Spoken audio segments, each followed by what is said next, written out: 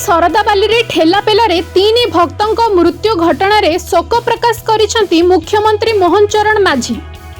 X ମାଧ୍ୟମରେ ଲେଖି ଜଣାଇଛନ୍ତି ଯେ ଶରଧାବାଲିରେ ମହାପ୍ରଭୁଙ୍କ ଦର୍ଶନ ନିମନ୍ତେ ଭକ୍ତମାନଙ୍କ ମଧ୍ୟରେ ପ୍ରବଳ ଉତ୍କଣ୍ଠା ଜନିତ ଠେଲାପେଲା କାରଣରୁ ଘଟିଥିବା ଅଘଟଣ ପାଇଁ ବ୍ୟକ୍ତିଗତ ଭାବେ ମୁଁ ଏବଂ ମୋ ସରକାର ସମସ୍ତ ଜଗନ୍ନାଥ ପ୍ରେମୀଙ୍କ ନିକଟରେ କ୍ଷମା ପ୍ରାର୍ଥନା କରୁଛୁ।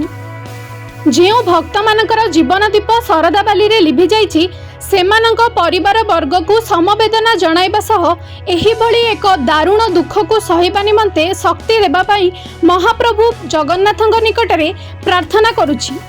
ଏହି ଅବହେଳା ଅକ୍ଷମଣୀୟ। ସୁରକ୍ଷା ଅବହେଳାର ତୁରନ୍ତ ତଦନ୍ତ କରାଯିବ ଏବଂ ସମ୍ପୃକ୍ତ ବ୍ୟକ୍ତିମାନଙ୍କ ବିରୁଦ୍ଧରେ ଦୃଷ୍ଟାନ୍ତମୂଳକ କାର୍ଯ୍ୟାନୁଷ୍ଠାନ ନେବାକୁ ଆବଶ୍ୟକ ପଦକ୍ଷେପ ଗ୍ରହଣ କରିବା ପାଇଁ ନିର୍ଦ୍ଦେଶ ଦେଇଛି।